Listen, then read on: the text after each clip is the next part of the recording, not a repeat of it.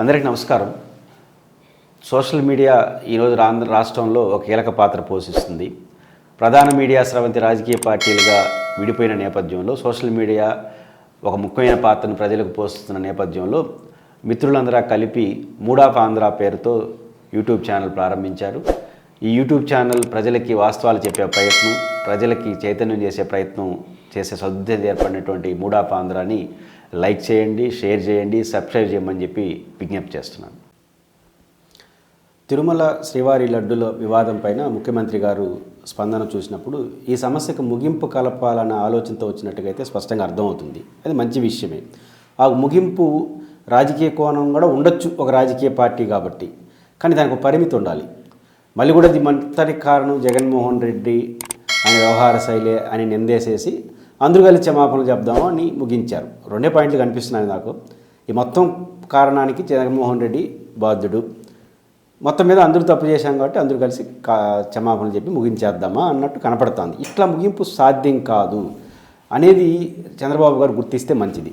చంద్రబాబు గారు తిరుమలలో వచ్చిన ఒక తీవ్ర వివాదాన్ని గతంలో ఎట్లా ముగించాడో ఇప్పుడు కూడా అట్లే ముగించాలి. గతంలో రమణ దీక్షితులు వచ్చినప్పుడు ఎట్లా ముగించాడు? రమణ దీక్షితుల వ్యవహారం వచ్చినప్పుడు ఆయన స్వయంగా చాలా విచారణ చేశాడు, నిజాయితీగా కూడా చేశాడు. ఆయన చెప్పిన ఆరోపణను తప్పని నిరూపించాడు, పర్ఫెక్ట్లీ కరెక్ట్. కానీ ఆ రోజు జనం నమ్మలేదన్న విషయం మనం చెప్పడం కాదు, స్వయంగా చంద్రబాబు నాయుడు గారికి అది అర్థమయ్యి మేము విచారణ చేస్తే రాజకీయ కోణాలు ఉన్నాయి కాబట్టి నమ్మకం భక్తులకు కరగట్లేదు, కాబట్టి మేము ఎంత చెప్పినా కన్విన్స్ అయ్యే పరిస్థితి లేకపోగా అపోహలు ఇంకా ఉన్నాయి కాబట్టి హైకోర్టు చీఫ్ జస్టిస్ గారు మీరు జోక్యం చేసుకొని మీరు విచారించి నిజానిజాలు ప్రజలకు చెప్పండి, భక్తులకు చెప్పండి అని చెప్పారు. అంటే రమణజీతులు అని ఆయన విమర్శ చేసిన పైన ముఖ్యమంత్రి వాదాలో మీ పైన విమర్శ చేస్తేనే ముఖ్యమంత్రి వాదాలో మీరు చేసిన విచారణ నమ్మరని మీరు అనుకున్నారు కదా ఆ రోజు. ఈరోజు స్వయంగా మీరే ఆరోపణలు చేసేసిన తర్వాత మీరే విచారణ చేస్తే దాన్ని జనం ఎట్లా నమ్ముతారు, ప్రతిపక్షాలు ఎట్లా ఒప్పుకుంటాయి అనేది ఆయన అర్థం చేసుకోవాలి.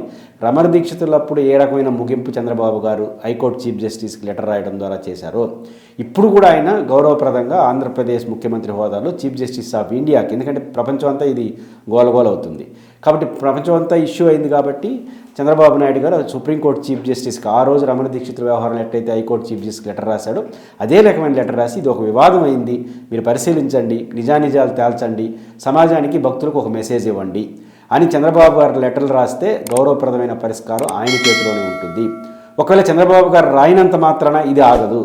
ఎందుకంటే ఈరోజు మీరు సొంతంగా విచారణ చేస్తారన్నా ప్రతిపక్షం ఒప్పుకోదు. ఎందుకంటే మీరు చేయాల్సినంత నష్టం చేయడానికి ప్రయత్నించారు. జగన్మోహన్ రెడ్డి దీనికి బాధ్యుడు, ఆయన మతాన్ని ఆయన తండ్రిని అందరూ లాగినారు.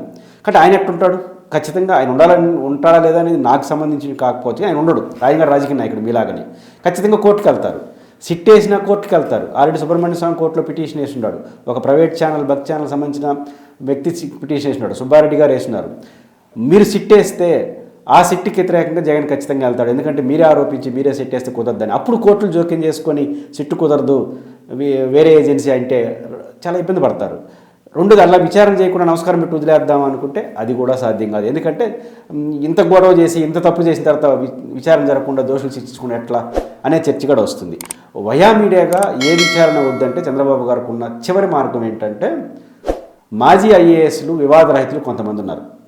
ఐవీఆర్ కృష్ణారావు గారు కావచ్చు, అజయ్ కల్లం గారు కావచ్చు, జవహర్ రెడ్డి గారు కావచ్చు, రమణాచారి గారు కావచ్చు, లేదా దొడ్డపాటి సాంబశివరావు గారు కావచ్చు, ఏపీఎన్ శర్మ గారు కావచ్చు, ఇట్లా 10-15 మంది నాకు తెలిసిన వాళ్ళే ఉన్నారు. నాకు తెలిసంటే నాకు పరిచయం ఉన్న వాళ్ళని కాదు, కానీ ఈవోలుగా పనిచేశారని అనుభవం వాళ్ళు, నిమ్మగడ్డ రమేష్ కుమార్ గారితో సహా.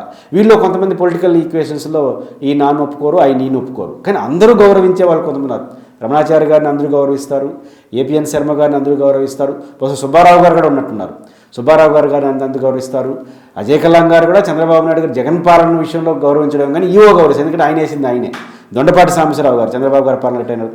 వీళ్ళతోనే ఒక కమిటీ వేసి మంచి చెడ్డలు తేల్చాలి. ఏదో రకమైనటువంటి న్యూట్రల్ ఏజెన్సీతో కమిటీ వేసి తేల్చడం మినహా దీనికి ఒక పరిష్కారం లేదు. లేకపోతే అనవసరమైన వివాదాలు వస్తాయి. కాబట్టి చంద్రబాబు గారు ఆనాడు మీరు తీసుకున్న మీ అనుభవమే ఈరోజు ఒకసారి ప్రయోగించండి.